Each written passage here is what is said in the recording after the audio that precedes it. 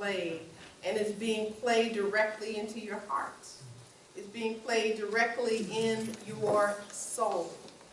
And that is the aspect of you that is so very open and available to receive the download of the Father. We are the result of a seed, an egg that is so very receptive to receiving the impress of an energy. Not to give y'all a biological lesson, but to let you know that the reason that you are here is because there was a dimension of your mother that was open and receptive to the energy that was coming to her in love or surrounded by love or both. Because each particular cell of our being, and particularly any aspect of ourselves that moves forth from us in an intentional way, is fathering something into being. And in that awareness, we are ready to receive something magnificent, something that will transform life as we know it. This is why we come to places like this. This is why we listen to different kinds of spiritual songs. This is why we read spiritual literature, because we are seeking to have something enter into our being that is going to penetrate life as we know it and absolutely shift us in a way that brings us greater into our joy and fuller understanding of our real essence. And so this is the same process that occurs in the biological fathering, but the fathering itself does not stop there. The fathering continues as we are absolutely held in the arms of the Father, whether it is our biological father, whether it is our stepfather, whether it is a person who has assumed the role of father, whether it is our divine Father, because it is always our divine Father that is holding us and absolutely caressing us, comforting us, and supporting us through our lives. Oftentimes, the presence of God represents itself as our father figures. The presence of the Father represents itself as that person who is taking care of us. And it may not even be in a family environment. It may be in a school environment. It may be in a community environment. It may be in any place that you go. There is the presence of God that is looking out for you and absolutely wanting the highest and the best for you. I do really like that song. I'm ready to listen now. It is a Ricky Byers backwoods song. And what's so wonderful about the song is really in the lyrics. You know, when the lyrics say that what really matters in life or in dreams is the music of love that we hear in each scene. Now, we don't go around telling people, I want to hear the music in you. But this is what our heart is really saying. I want you to play this song that makes my heart sing. And oftentimes we are looking for the presence of God in other people when in truth that song is already playing within our own hearts. But we haven't stopped to hear it because our focus and our attention is outside of us, because we are convinced that it is not where we are. And so when you say that you're ready to listen now, then you begin to look for opportunities to hear the voice of God. It may show up as a song. It may show up as the hand of your father holding your hand as you cross the street. It may show up as whatever happens in your classrooms where someone is looking out for you and they're portraying a particular role as teacher or even as classmate. It doesn't matter that the person doesn't have to be older or more educated than you are. That person can be someone who doesn't have any education at all. That person can be someone who is very young. It is simply the presence of the Father that is showing up in magnificent ways. My father was around until about 6 years ago, 5.5. And my father was a policeman. He had become a commander in the Chicago Police Department, and there was never any doubt, particularly among my suitors, that my father was going to protect me. There was never any doubt, not only because he wielded a gun, but because everything about him let you know that he was not to be messed with. And oftentimes, we are looking for people to be in that particular vibration for us when we are feeling fear, because we have the impression that there is safety that is missing in our lives. And some people who can afford it will get bodyguards because they think that their life may be threatened, or there may be people coming into their space that may not be bringing them something that they need at that moment. And so there are many ways that we seek to know the presence of safety, and that too is always and already present. And the presence of the Father, as I mentioned from the reading that I shared with you today, is eternal. And the presence of the Father is absolutely loving us through our earthly fathers. If you have a father that was not physically present for you during your life, that doesn't mean that that father didn't think about you. That doesn't even mean that he will admit to thinking about you. It simply is true that once someone knows that their seed is out there somewhere, there has to be a thought about that being in some way. Now, whether or not that particular father pays child support or stays in the home with you or whatever, that presence absolutely knows that you are alive. Ask anybody who's become famous and rich and see if their father didn't show up. Now, I'm not saying that that's why they showed up, because they were rich and famous, but they certainly knew that that person could no longer necessarily be expecting any kind of physical or material goods from them, because they didn't need it. They already had it. But it allowed that father to feel safe enough to come around, because he didn't have to feel bad about himself for not being physically present at an earlier time.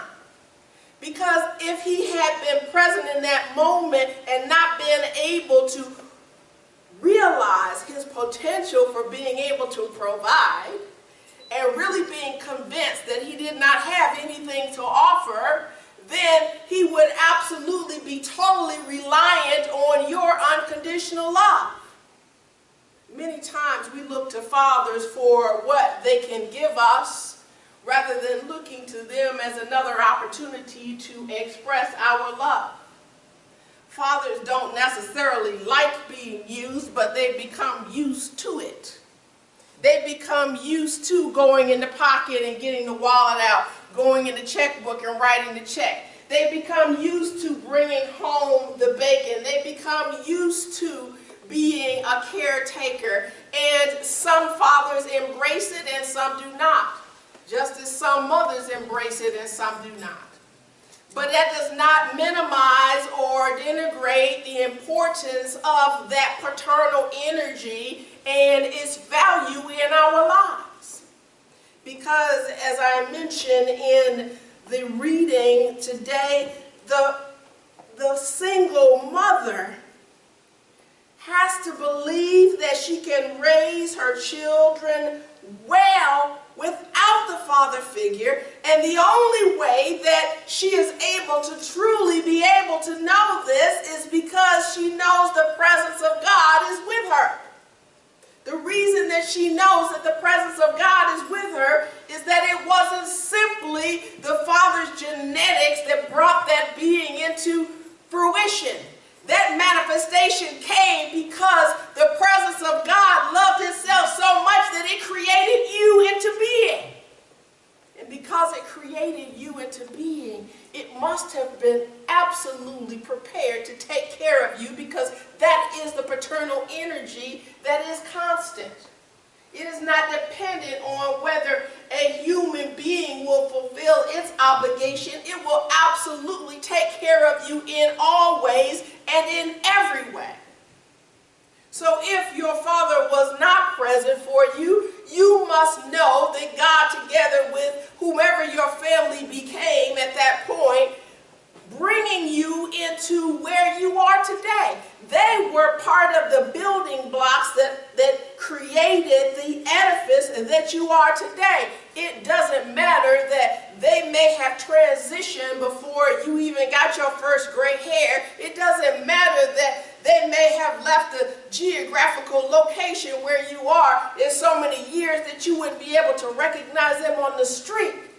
What matters is that the very intention that God had, that God used everything that was in that particular DNA composition in order for you to be you. And if you love yourself, and I'm really here to make sure that you do, then you must love everything about you, including those genes from your father, including that DNA that he donated, including whatever, I forget what they call it, child support checks or whatever it is that he may have supplied in your life. Regardless of whether he wrote the check or he didn't write the check, or you had to listen to your mother talk about why he didn't, or you had to listen to what the neighbor said about what her baby daddy didn't do. The deal is that we get an opportunity, even with the absent father, to love unconditionally. We get the opportunity to know that even that father's absence plays a part in our own growth, development, and unfoldment. Even that father's absence plays a part in our capacity to grow in unconditional love. That absent father plays a part in our capacity to know and accept that we are loved, even if nothing in his behavior expresses that. We get to know that even if our father was a result of someone raping our mother, that even that gave us an opportunity to be able to know unconditional love in a way that we need to know, so that we can fully embrace and accept ourselves totally and completely just as we are. Even if your father emotionally abused you, physically abused you, or sexually abused you in any way, even if your father did the most horrible behavior at your expense, know that you have been building on something that is firm, that is absolutely the unconditional love of God. That you have been building on forgiveness, and you have been building on compassion for yourself. And there is no greater compassion than we can ever seek to have for the rest of the world, unless and until we have it for ourselves. If we can absolutely anchor ourselves in compassion, then we can truly know oneness. If we can anchor ourselves in compassion, then we know that everyone is our brother and our sister. If we absolutely anchor ourselves in compassion, then we know that it is the presence of God that is truly our Father, and that there is no one outside of our divine family. And when we know that there is no one outside of our divine family, then we can be present with our brothers and sisters in Istanbul today. We can even be present listening to Dick Cheney still talking stuff after all of these years. Talking about the necessity of the security being totally necessary and not invasive to people's individual privacy. And at the same time, we can watch the behavior of him absolutely not acknowledging our present president, and who will at the same time talk about what a Patriot Act is. And we will absolutely know that beyond any kind of political seeming separations, that we are absolutely all in this thing together. That we are not even divided by country borders. That we are certainly not divided by religious borders. We are certainly not divided by class borders. We are certainly not divided by racial borders. There is nothing that God created to be separate. Even if we have moved from one neighborhood to another, then we are aware of the innate nature within us to migrate from one continent to another. Everybody in Africa didn't stay in Africa. Some left willingly, some not. Everybody in Australia didn't stay in Australia. Everybody that was born in Europe didn't stay in Europe. We have the capacity to move, and there is something within us that is pulling us into greater experiences that we were ever exposed to, because something within us is ever seeking to grow, develop, and unfold, and to absolutely encounter people from other races and people from other classes and people from other religiosities. Because we are not confined to any particular way of being. We are not confined to being a particular religion. I was baptized as a Catholic. I was baptized as a Baptist. I have chanted, and I have been in Hindu practices. I have studied many faiths, and none of them have contributed anything less than the Father already had in store for me. But I choose to do that which brings me into a greater awareness of who I am, and by practicing the principles not only theoretically, but and using my life as a laboratory for these truths, I am absolutely able to embrace them all. Just as I am absolutely able to embrace any person of any different faith, any different class, any different nationality, any different education. And so we are absolutely able to be in this thing that they call a melting pot, that is the United States of America, where we have infinite numbers of opportunities to be able to see ourselves as a different gender, as a different race, as a different culture, as a different economic class. I know that anybody, including some of the speakers that have been at this pulpit, have been able to move from different tax brackets at any time in their lives and absolutely know that they were never any less because their tax bracket was higher, and they were never any more because their tax bracket was lower. It just simply means that these particular apparatus that we have set up are for our growth and not for us to cultivate a separation. Because in this human family, we are able to know that each of us are supported by God. We don't have to worry about whether or not we lived up to our Father's expectations. We don't have to worry about whether we did what our human father said, as long as we were true to the divine energy within us that was calling us to be more.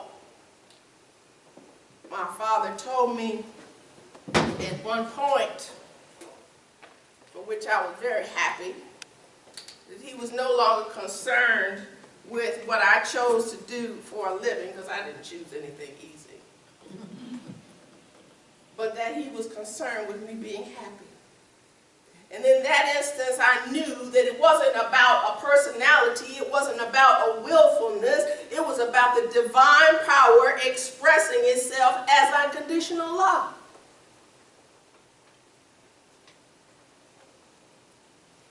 And I'm very grateful to remember that even as I was just still going through ministerial school where my father made his transition, that he did refer to me as his minister. So what I know is that even in the process of us learning spiritual principles and learning how to embody these principles in and as our lives, that we are teachers. That we are doing the Father's work. that we are being about the Father's business. And so this isn't an opportunity for you to get entertainment because you get some information on a Sunday morning. This is about you absolutely being able to take this information and use it in your everyday lives. Because information without action is entertainment. And I was actually making a little bit more money in entertainment than I am in ministry at the moment. So if I wanted to just simply entertain you, then it would be a different format. But this is a means by which we are able to come in contact with the presence of the Father, with the presence of the love, with the presence of the compassion, with the presence of wisdom. And knowing that even as this figure that was in the Bible that was referred to as Joseph, who played a paternal role in the life of Jesus, he was representing a level of compassion, a level of understanding by accepting a son that didn't come through him biologically, but absolutely having an understanding about the nature of this woman who was totally willing to surrender to the presence of the Father, regardless of how that affected any of her other relationships. So we too have the same genes that Joseph had, just as we have the same genes that Jesus had, because we have within us a Christ consciousness. And that Christ consciousness simply means our capacity to know our oneness with God. And when we know our oneness with God, that it doesn't matter what our gender is, we may be that paternal energy, we may be that maternal energy, we may be the presence of the Father in any kind of configuration. We're not limited to what side of the tracks we came from. We're not limited to what kind of faith we grew up in. We're not limited to what anybody said we could do or would do. We're not limited to anybody's perception of who we are. We are absolutely able to adapt and adjust, and we're able to embrace new experiences and new opportunities for us to know ourselves as the divine. We don't have to get an attitude with somebody because they weren't like the last person we were with. And I don't care if that was the last job you were in, the last church you were in, the last relationship you were in, the last family you were in, the last in-laws you had, the last step brothers and sisters you had, regardless of whatever it might have been, whether it was a foster experience or an adoptive experience, it doesn't matter that nobody is going to be alike, and they weren't meant to be. They were absolutely created for you to be able to see differently, to be able to grow new, be able to hear in a way that you never heard before, the music of love in each scene of your life. It's always playing. It's absolutely in harmony with the very essence of who you are. I chose a topic this particular Sunday, Papa, Can You Hear Me? Because when Nadine Risha was here, when she sang that song, Piece of the Sky, that it just so penetrated my entire crown chakra that I literally felt a grip in my high divine energetic field in my chakra that was absolutely vibrating in a way that was letting me know that there was something here. And that I have the capacity to make a demand on law so that when I say, Papa, can you hear me, then I have an opportunity to place my desire into the fertile womb of the universe and know that in that moment I become the father of my own destiny. That in that moment I am planting a seed in the receptive law of the universe that wants to see my good realized and fulfilled. I am absolutely not simply placating a biological father who had certain parameters for me as to where I would go and how I would do it in the way that I was permitted by a certain culture based on my gender or anything else. Because she sang that song from the story Yentl, which was about a girl who so wanted to study the Judaic laws that she pretended to be a boy so that she could be able to be at one with the presence. She pretended to be some other kind of package so that she could absolutely be in her oneness with God.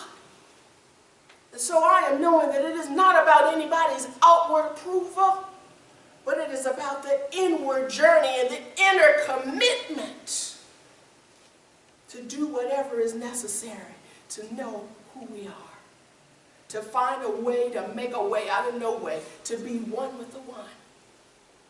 And so I invite you to hear the voice. Not simply that the one that's on the television, not the one that's on the radio, not even the one that's coming from a podcast of a spiritual avatar, not even to just play back the YouTube from this service, but I'm absolutely inviting you to tune in to the presence of the Father so that you may know for yourself your own individual pedigree, so that you may know that your genetics are so perfect, that your DNA is wholeness, completeness, and that there is no limit to your magnificence, that you are absolutely embedded in the body of love, and that the whole universe is conspiring for your good. I am knowing that this is the truth for you because I know it is the truth for me. And so, even if you are in the darkness of the night, and it appears that there is no light in your life, know that you would not even know that darkness if it weren't for the presence of the light. You wouldn't be able to know that there was darkness unless light existed. Even if you are in the coldest of the moments, you must know that the very knowingness of warmth gives you reason to even experience cold, because you would not know cold if you had not known warmth. Even in the very moments of your fear, you must know that you have had a sense of security, or else you would not even know what it feels like to have it absent. You know this because the presence of the Father has supplied you with safety, with warmth, with an absolute brilliant light. So you don't have to worry about how dark the night is. You don't have to be concerned with how cold the wind is. You don't have to be concerned with whether or not you are forgiven, because God doesn't even know unforgiveness. I don't care what those other people told you about God may or may not forgive you. I don't care what those other people told you about what you did right and what you did wrong was written in a book like it's something happening on the North Pole. I don't care what somebody told you about not being enough. It is a lie, and that is the father of all lies. You were not born in immortal sin. You were born in immortal love. You are not loved based on what your behavior is, or what you look like, what your bank account says, or where you were born. You are absolutely unconditionally loved, because this is the nature of God, or else it would not be able to create. It can create because it embraces life, and it supports life, and it absolutely promotes life. This is the God that we celebrate today. This is the Papa that we are ready to listen to. This is the Papa that we want to sing our praises to. This is the Papa that we yearn for. And this is the Papa that is ever present. This is the Father that we celebrate this day in all of its expressions, in all of that paternal energy, in all of that masculine power that is planting the seeds in your soul.